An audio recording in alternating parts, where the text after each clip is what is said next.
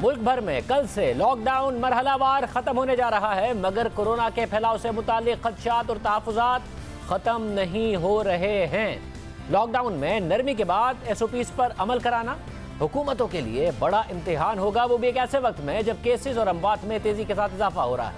लोग हुकूमती कोशिशों के बावजूद टेस्ट कराने से कतरा रहे हैं। कोरोना के मरीजों की अचानक अमवात की रिपोर्ट आ रही है। आज सुबह तक के हुकूमती डेटा के मुताबिक गुज़िश्ता 24 घंटे में अब तक के सबसे ज्यादा 1764 केसेस सामने आए हैं, जो कि एक दिन में अब तक की सबसे बड़ी तादाद है।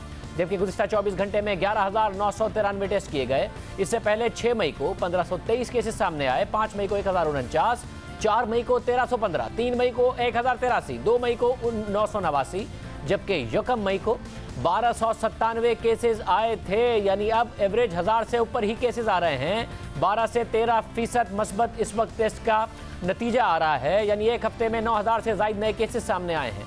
और इस वक्त पाकिस्तान में कोरोना से अमवात की तादाद 599 हो चुकी है और केसेस की तादाद 26,435 है, जिनमें से 10,033 केसेस पंजाब में और 9,691 केसेस इस वक्त सिंध में हैं। वज़ीर आला सिंध मुराद अली शाह के मुताबिक आज सिंध में मजीद 5,532 टेस्ट किए गए, जो अब तक पूरे मुल्क के किसी भी सूबे में किए जाने वाले सबसे ज्यादा टेस्ट हैं, जिसके नतीजे में 598 नए केसेस सामने आए।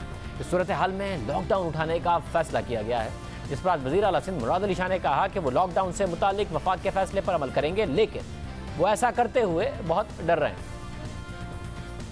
कल से फैसला हुआ था, हमने फैसला इंप्लीमेंट करना है। हमने एक पॉलिसी रखनी है, 100 नहीं तो 99% हम अमल करेंगे। सोच फर्क थी। मैंने वो ग्राफ्स की मदद से बताया कि अभी हम राइज पे हैं। मैं बहुत डर रहा हूं ये फैसले करते हुए, ये फैसले एक्सेप्ट करते हुए।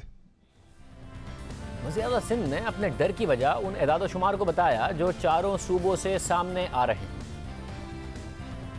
बलूचिस्तान में जब से ये वायरस शुरू हुआ है, जो एवरेज था वो 13% था इन्फेक्शंस का।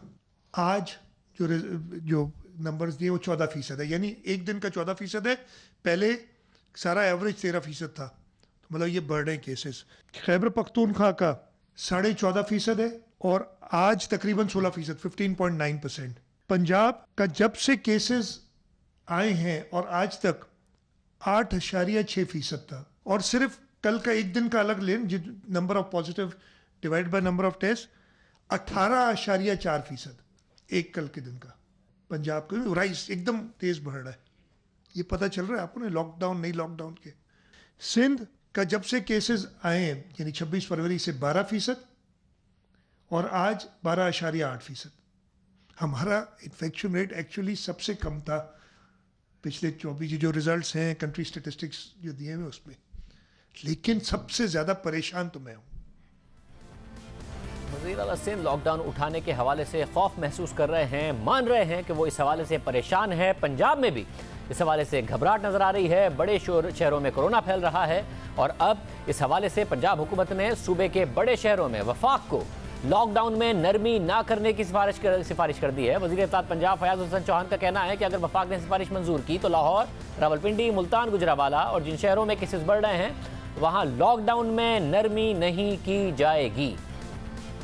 जो बड़े शहर 6-7 है पंजाब के अंदर, उसमें लाहौर है, रावलपिंडी है, मुल्तान है, गुजरावाला है, कि जहाँ पर कोरोना वायरस के हवाले से हाइप सामने नज़र आ रही है, वहाँ पर इन तमाम SOPs और लॉकडाउन के हवाले से नरमी ना रखी जाए। वहाँ पर वही पुरानी प्रैक्टिस जो है वो दोहराई जाए, ताकि कोरोना वायरस के वबा को फैलने से इन बड़े शहरों में रोका जा सके। ये एक रिकमेंडेशन है और अगर वफाक इससे रजामंद हुआ तो फिर हम इस पे बड़े शहरों को कम से कम जो 6-7-8 शहर हैं उसको हम एग्जेम्पशन देंगे जनाब, इन 6 नकाती पूरे प्लान के हवाले से। इसी तरह बलूचिस्तान हुकूमत के तर्जुमान ने भी कोरोना वायरस के केसेस में इजाफे पर तशवीश का इजहार किया है और वाज़ेह किया है कि लॉकडाउन में नरमी ताजिरों और अवाम के ताउन से मशरूत है और SOPs पर अमल दरामद की सूरत में 1-2 दिन में लॉकडाउन में नरमी का फैसला करेंगे। जबकि खैबर पख्तूनख्वा के मुशीर इत्तलात अजमल वजीर का कहना है कि लॉकडाउन उठाने से मुताल्लिक कौमी राब्ता कमेटी के फैसलों की रोशनी में फैसला करेंगे और SOPs पर अमल दरामद करवाएंगे। सूबाई हुकूमतों को लॉकडाउन उठाने की वजह से कोरोना के फैलाव का खदशा है, जबकि दूसरी जानिब सूबाई हुकूमतों को ताजिर बिरादरी के दबाव का भी सामना है, जो कारोबार की इजाजत ना मिलने पर कारोबार खोलने की धमकी दे रही है। कराची इलेक्ट्रॉनिक्स डीलर्स एसोसिएशन ने कल से हर सूरत दुकानें खोलने का ऐलान कर दिया है। साथ ही खबरदार कर दिया है कि दुकानें खोलने से रोकने पर मज़ाहमत करना पड़ेगी। जबकि गुज़िश्ता रोज हमारे प्रोग्राम में चेयरमैन सिंध ताजिर इत्तेहाद जमील पराचा ने भी कहा था कि कारोबार खोलने के हवाले से आज आखिरी बार सिंध हुकूमत से मुलाकात करेंगे और 15 रमजान के बाद कारोबार खोल देंगे। अहम बात यह है कि इस हवाले से तहरीक इंसाफ के रहनुमा खुर्रम शेर ज़बान ने 6 मई को कराची के ताजिरों के हमरा न्यूज़ कॉन्फ्रेंस की थी और इल्ज़ाम लगा दिया था कि कराची में लॉकडाउन सियासी हो गया है। सिंध हुकूमत कारोबार खोलने के लिए SOPs नहीं बता सकती तो हम बता देते हैं, और अगर हमारी शक्लें पसंद नहीं हैं तो कारोबारी अफराद से SOPs बनवा लें। कारोबारी हालात कराची के बहुत ज़्यादा ख़राब हो चुके हैं और अब ये फीलिंग आ रही है कि जैसे कि जानबूझ के कराची के हालात को ख़राब किया जा रहा है। हमारी नज़र के अंदर ये लॉकडाउन जो है ये एक सियासी लॉकडाउन अब हो गया है। अगर सिंध हुकूमत के पास ये काबिलियत जो नज़र आ रहा है कि मौजूद नहीं है SOPs बनाने के लिए, हम मौजूद हैं। अगर हमारी शक्लें आपको पसंद नहीं हैं सिंध हुकूमत, तो ये हमारे साथ इतनी बड़ी बड़ी कारोबारी शख्सियात बैठी हैं, इनके अंदर डेफिनेटली वो काबिलियत मौजूद है जो कि आपको SOPs बना के दे देंगी। तहरीक इंसाफ की सिंध की क़यादत ने ताजिर बिरादरी के साथ बैठकर प्रेस कॉन्फ्रेंस की और कहा कि लॉकडाउन कराची के हवाले से साजिश की बात की गई, मगर जो वफाक ने अब बात की उसमें तो जो सारे ताजिर बिरादरी के मामला थे उनको खोलने की बात ही नहीं की। इस हवाले से आज वज़ीर आला सिंध मुराद अली शाह ने अपनी न्यूज़ कॉन्फ्रेंस में वाज़ेह किया कि कारोबार की बंदिश हुकूमत की तरफ से नहीं है। इस बारे में ताजिर बिरादरी से बात करेंगे और उनकी बात वफाकी हुकूमत तक पहुँचाएंगे और इस हवाले से एक कमेटी भी बनाएंगे और कोशिश करेंगे कि इस मामले को जल्द हल करें। अब क्या चीज़ें बंद रहेंगी ये भी हमने नहीं स्पेसिफाई किया।